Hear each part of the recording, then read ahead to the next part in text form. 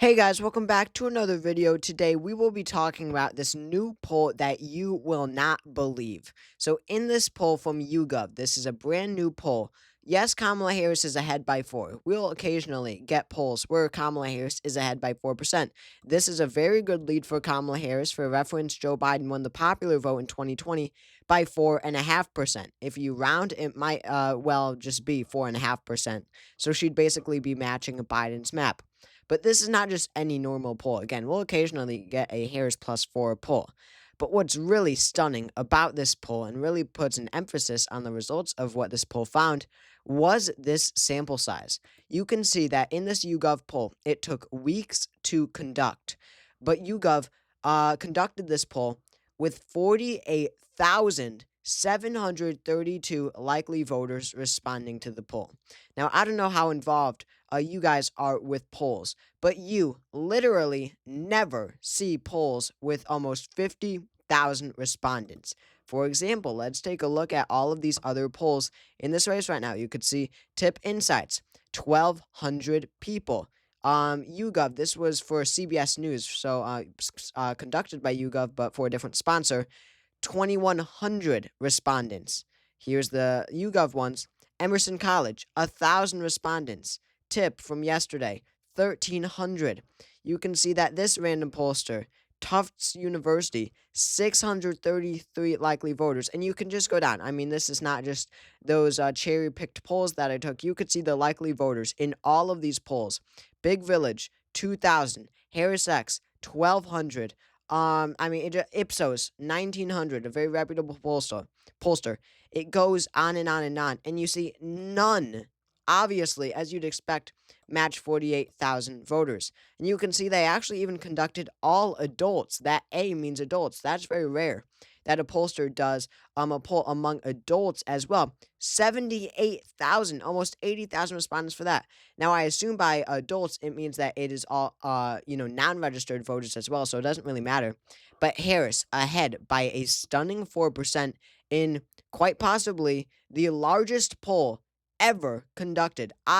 Throughout my time covering politics and everything, I have never seen a poll even near 48,000 respondents. I've never seen one, I don't think, with over 10,000 respondents. And even that, I'm sure, is so extremely rare. This might very well be the largest poll ever conducted in a presidential race, in any sort of race in the United States. So a 4% lead, again, is very strong for Kamala Harris in a poll like this. And it really puts an emphasis on the fact that there is a possibility that Harris can match Joe Biden's 2020 map. Despite this narrative that we are being told that this is a razor thin race, right? That Harris is only ahead by the smallest margin in the popular vote. Right now, it's 1.4% in the popular vote in the average of national polls. This really, contradicts the sort of narrative that we're being told, and it's more in line with what I believe the election will turn out as. I think that it will be close, but especially in the popular vote, I don't think it'll really be that close. Nothing like 1.4%, definitely over 2%. In my forecast, I think it is more like 3%. You could see, oh, it's actually over 3% updated in my forecast, 3.1%. Don't look at the Battleground states, by the way. Those are outdated. I have to change some of those results. So definitely, an interesting poll because 48,000 people, basically 50,000 people, of course, is important because polls will try to get as many people as possible. And of course, the more people in a poll, the more respondents a poll has, the more expensive it gets. So, of course, it makes sense for pollsters to have very few respondents, like 633 or 1,000 or 2,000. It must have cost so much money for a poll with 50,000 respondents. And of course, pollsters would like to have as many respondents as possible without it being too expensive because, of course, it's going to make the results more accurate. That is just by logic. Of course, if you have 3 voters in a poll, 3 respondents in a poll, it could be extremely lopsided. It will be very lopsided in one direction. But as you add more people into a poll, it evens out and it becomes more and more accurate, really less prone to an outlier result. That is what having so many respondents does. So, whatever, you could say a lot of things about the crosstabs and everything, which we'll get to in just a moment because those are interesting as well. But you are going to, really, whether you like it or not, you got to take this poll into consideration because of just the sheer unlikeliness that this is some sort of huge outlier compared to the actual results. It certainly is not, and plus four obviously is not outside the realm of possibility. When you look at the crosstabs, they're looking, of course, obviously very good for Harris. If she's ahead by four, the crosstabs are going to look good as well. Women, of course, she's leading by 12 points, not, or 11 points, that is. Not too much of a surprise. That's where I think the result will fall. Somewhere near, I think that the margin will be a little bit more for Harris.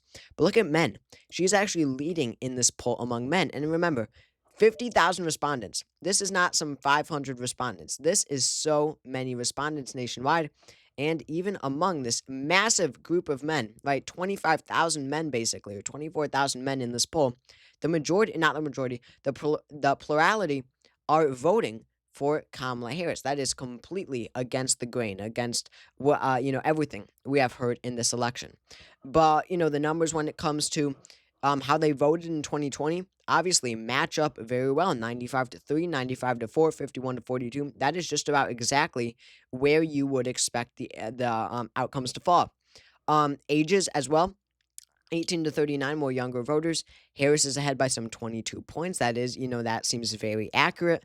40 to 59, she's ahead by 1%. Again, very seems like that should be accurate. And then 60 plus, pretty small lead for Trump. 52 to 46, a 6-point lead. And then you can see whatever. I won't go too much into it further. But the crosstabs, there's not any huge sort of outlier that besides men that would point to this poll being completely not useful at all to look at.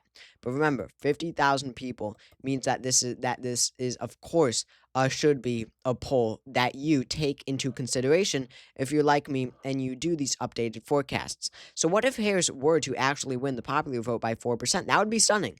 Again, as I touched on earlier, we have been really fed this narrative that this is a razor thin race, that Donald Trump is probably favored to win.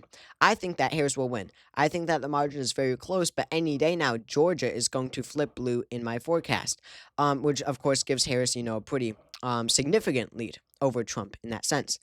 But when you've got polls like this, though, that narrative is kind of diminished with 50,000 respondents. Again, Harris is ahead by 4. That's almost matching Biden's win in the popular vote in 2020, again, as I said before, which was 4.5%. And now don't think it's 4.0% spot on. And yes, those small margins between 4 and 4.5 do matter. It could be 4.3, but they're just rounding down. But when you consider 4.5 in the mix, then if you're rounding to there, then 4.3 does become, in fact, 4.5. But of course, polls can't get it that spot on, so talk like that barely even matters. But the point is, Harris is basically matching Joe Biden's margin in the popular vote in 2020, despite heavy losses in blue areas like California and New York that are becoming more Republican, as well as Florida, which is already Republican, but becoming even more Republican. That's why the popular vote has been so close this election. While the Democrats aren't losing that much ground in battleground states, they are losing ground in blue states. So if Harris is actually matching Biden's 2020 popular vote win, then just imagine what the battleground states would look like. Again, this is my current forecast, but if Harris were to win by 4.5%, as Biden did in 2020, basically matching Biden's margin, you would probably look at, Wisconsin being lean, Michigan, Pennsylvania being lean, Nevada lean, Arizona lean, and Georgia lean. All of these states voted for Biden in 2020, and if you understood what I was saying before, with the blue states becoming more red, while the battleground states stay stagnant, to see Harris actually, keeping Biden's margin from 2020, it would indicate that she's actually gaining ground in battleground states, in red states, etc., because of this proven Democratic loss in these heavily populated blue states. Whoops, wrong poll there. So that's important. Of course, that is incredibly, incredibly important when, considering all of these factors. So, all the Biden states from 2020, right? That's Wisconsin, which went to him by 0.6. Arizona went to him by 0.3. Georgia went to him by 0.2. all those states would become more Democratic. They'd all fall under the lean characterization now, which is a 1 to 5% margin. Again, because that would mean that Harris is actually making gains in the battleground states. So this looks good for Harris on the surface, but when you really think about it and think about how the blue states are becoming more Republican election after election, and Harris is sure to lose ground in these states, it really means it really means that Harris will actually outperform Biden, even if she's matching him in the popular vote. If she were to win it by 4.5%, she would actually be outperforming his margins across the battleground states. So again, Arizona, Georgia, and Wisconsin move from tilt in 2020 to lean in 2024. Harris actually makes gains. And then Nevada, Michigan, and Pennsylvania stay lean states. Not to mention, you've got North Carolina. It was a very narrow margin, a 1% margin for Trump in the 2020 election, especially considering how rapidly the state is growing in population and therefore becoming more democratic election after election. North Carolina would probably flip blue, even if Harris is matching Biden's 2020 popular vote margin. So North Carolina would be a tilt state for the Democrats. Florida could become tilt, but probably not, since becoming more Republican. It's not like these other battleground states. Trump is making gains in Florida, but definitely not likely. Like in my current forecast, it would probably be reduced to lean, and probably Texas would be reduced to lean as well. And then the election isn't even close. Harris and Walz win 319 electoral votes. Trump and Vance win just 219. Again, not really all that close of an election like we have heard so much about. And it really follows this trend that we are seeing. The most accurate pollsters in the nation are the ones showing Kamala Harris with the largest leads than any other poll. You can see that this poll with the most respondents of any poll literally ever conducted in the United States shows Harris with the best lead. When you look at these past polls, the best lead really of any pollster in these recent weeks. And you look at a poll like Marist. This is from a couple weeks ago since they haven't conducted a new poll. But Marist, we can look, got the results spot on in the 2022 midterms. I don't have their final poll results up, but I do have many of them memorized. They said Fetterman would win by 5. He won by literally 5%. They said Mark Kelly would win by like 3 or 4. He won by 5. They said Warnock would win by or no, they said it was a tie. They said it was a tie, 49 to 49. So they predicted a runoff. In December. That is exactly what happened. They said that Josh Shapiro on the gubernatorial level would win by like 13. He won by 15. They said Gretchen Whitmer would win by 10. She won exactly by 10.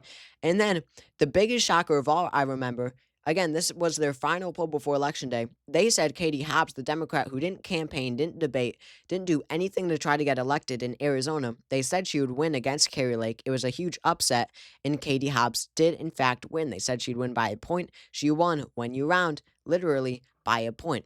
So what is Marist saying now? Again, this is one of Harris's best polls, and it's coming from one of the most accurate pollsters. They say Harris is ahead by 5. Their last poll was Harris plus 2. She is gaining 3% in their latest poll, but this is from like the 16th or something, so some 12 days ago, basically 2 weeks ago almost.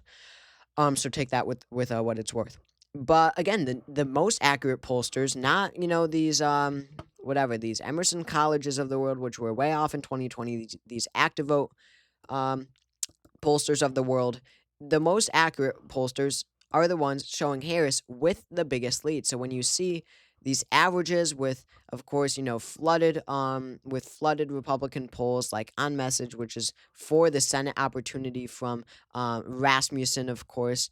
They've been doing more battleground state polls rather than national. But when you see all these averages, just keep in mind that a lot of pollsters that are very, very inaccurate have basically equal representation in these aggregates. And you got to look at the most accurate. You got to look at the A plus poll from Marist. You got to look at this 50,000 respondents. You got to look at the best polls, no matter if they're showing Trump ahead, if they're showing Harris ahead, no matter what. Those are the polls you do want to look at to really get the best grasp on this 2024 race. That does remain very close. That does remain an open door for both Harris and Trump to be able to win the election. So that is where things stand right now. Again, this would be the map if Harris were, if this poll were to come true and Harris would win by 4 to 4.5%, like Biden did in 2020. But still, regardless, very, very, very good news for the Harris campaign. Some of the best news she's received in probably a week or two in terms of the data, in terms of polling. So thank you all for watching this video. If you enjoyed it, make sure to comment down ideas and suggestions and your thoughts on this video down below. Subscribe down below as well. That helps out a lot, and I will see you all later.